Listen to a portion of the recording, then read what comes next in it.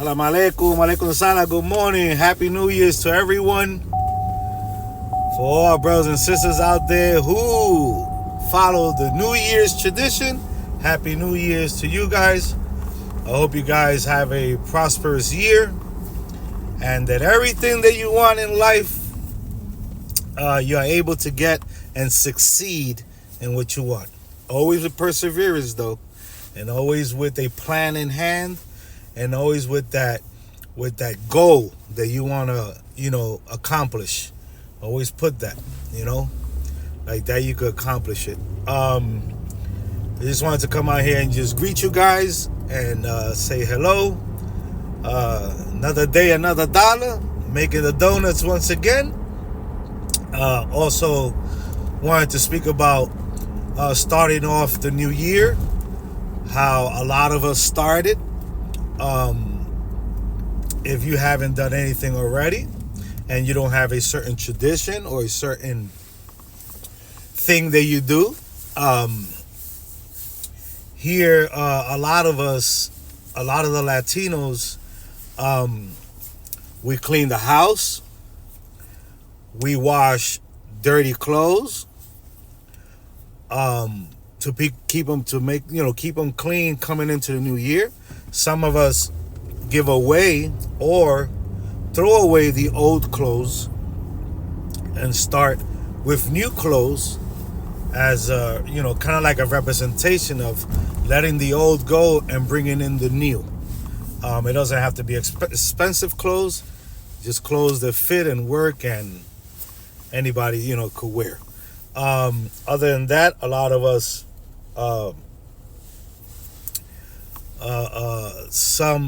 some you see that they'll eat a certain amount of grapes, bringing in the new year. Some will put pitchers or a pitcher of water with apples in it and clean water. Some will take camphor, the little square camphors that they sell at the Botanicas, and they will get a glass of water and put it at the door. Actually, when you open the door, right behind the wall, they will put camphor there to kind of repel anyone that comes with anything negative coming in. A lot of people clean with cold water, and some of them even put ice in it, and they will clean their floors, mop them, sweep them, mop them, top to bottom. If you have a second floor, always from the back to the front. Then the last little bit of water is thrown out the door.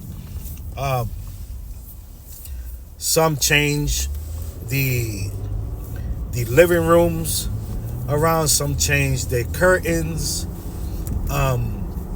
Some clean with different plants and herbs the house.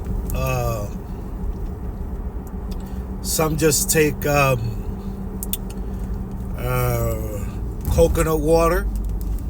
They buy a couple of coconuts, they put a little bit of water in it, and they'll crack a couple of coconuts in there, and they will mop the floor with coconut water.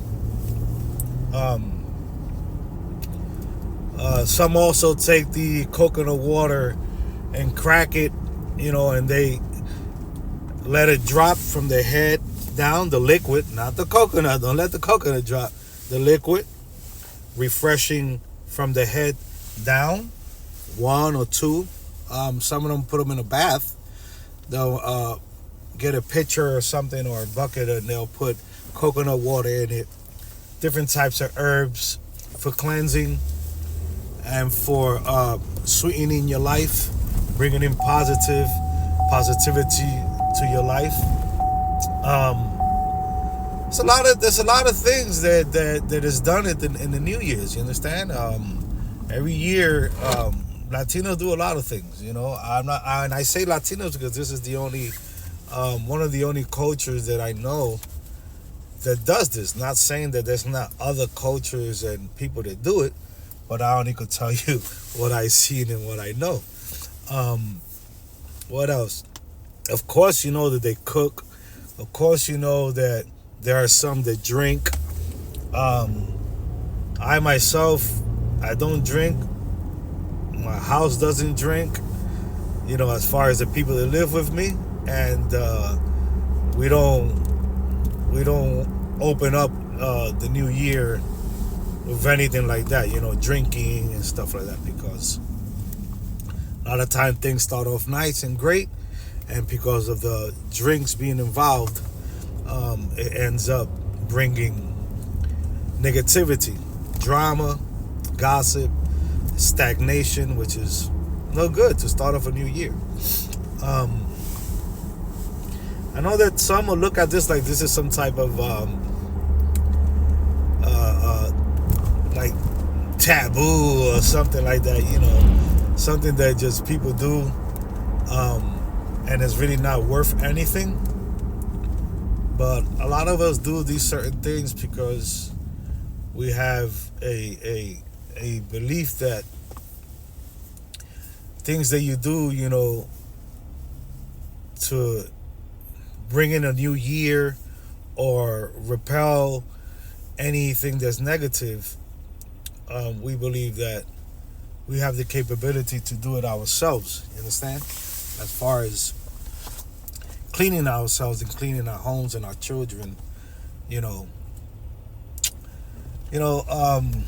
there's customs that a lot of people follow, and every nationality has certain things that they do and they follow for certain occasions.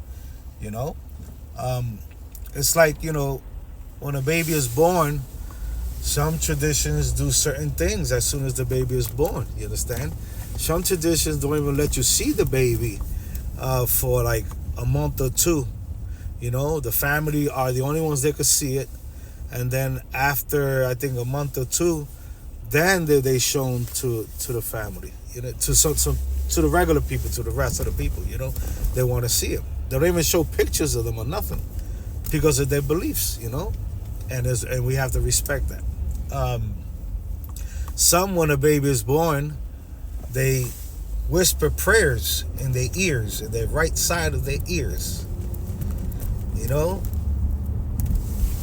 Some of them, I would say, the Muslims that practice their faith, they recite the Al-Fatiha in the right ear.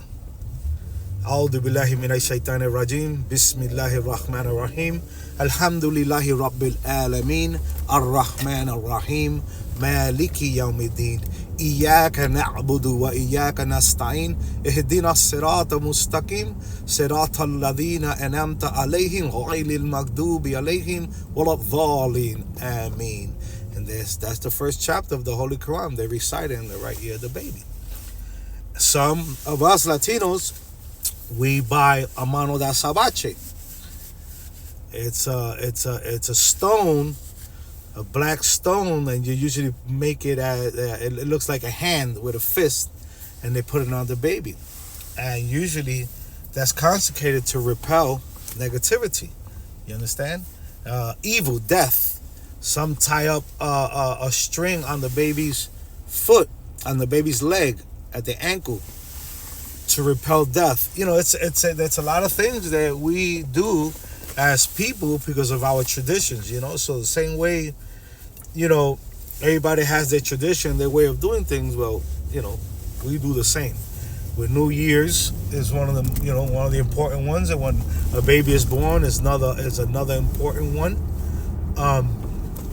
Those are like the main occasions when we are doing things other than the regular cleansing that we have to do to repel negativity and to bring prosperity into our life. I believe that whatever you call the higher power to be, whether Allah, whether God, whether Elohim, whether Jesus, whether Yahweh, I believe that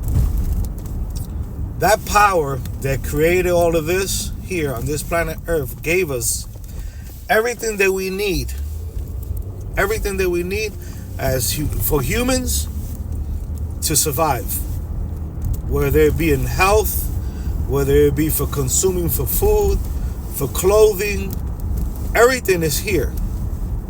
Like, there's nothing that higher power needs to give us that he hasn't already given us.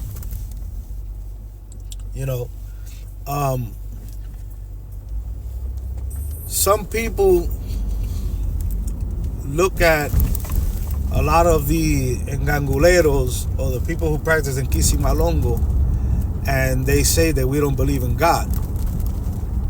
And I'm changing the subject. And it's not that we don't believe in God. Is that, and I say God bless you, Dios te bendiga, because it's something that's been ingrained in me from a young child to know that there's something out there that created us. But I never seen how that power looks like. I never heard that power speak to me. You understand? And I know there's going to be people out there that say, yeah, he speaks to me and all that. And that's fine. If you understand that he speaks to you, that's great. I know he has never spoke to me. That's the only thing I know. And but I also understand that he doesn't need to. Because that power gave me the ability to come into this world.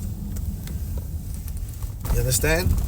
And created the spirit that I have in this flesh.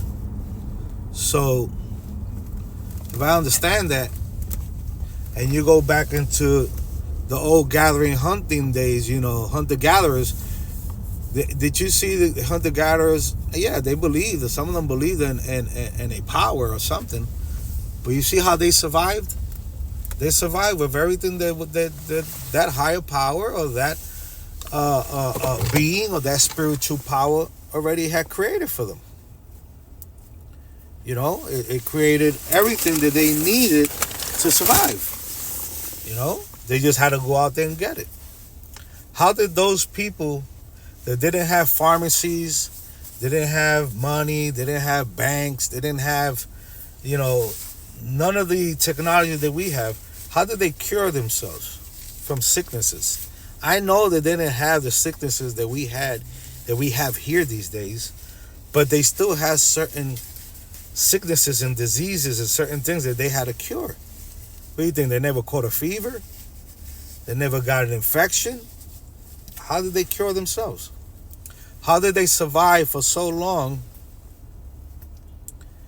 without having the technologies that we have? So, all of these little things makes me think a little more beyond the box, and outside of the box, and I say to myself, yes, I understand that, the way the world is ran, we don't have no say in it, really, because we really don't. Those powers that be and those powers that have, that influence are the ones who are running this world. All we could do is keep on striving and keep on in our traditions just to be able to live, at least in our spiritual life, have some peace and have some tranquility and have things work a little bit more in our favor, less hard, for us. Other than that, we really don't have no control of what those powers do, so I believe that even with that in hand, we still have the capabilities to use the natural resources that we have and what that power has created for us. We have the ability to use it and to survive. You understand? Other than that, guys, I hope you guys cleanse yourselves. Hope you guys clean your houses, clean your children. Simple baths. You don't have to go crazy. Do whatever you can. Cleanse yourself, cleanse your children, cleanse your house. Start off the new year clean, you understand, and with some goals in mind that you want to accomplish. I pray that you guys have a great day. I know I went off course a little bit, but just stuff that pops into my mind that sometimes I just feel like sharing with you guys. Other than that, Salam alaikum, malaikum salam, and Samila Kutare. See you in the next one, guys. Happy New Year's.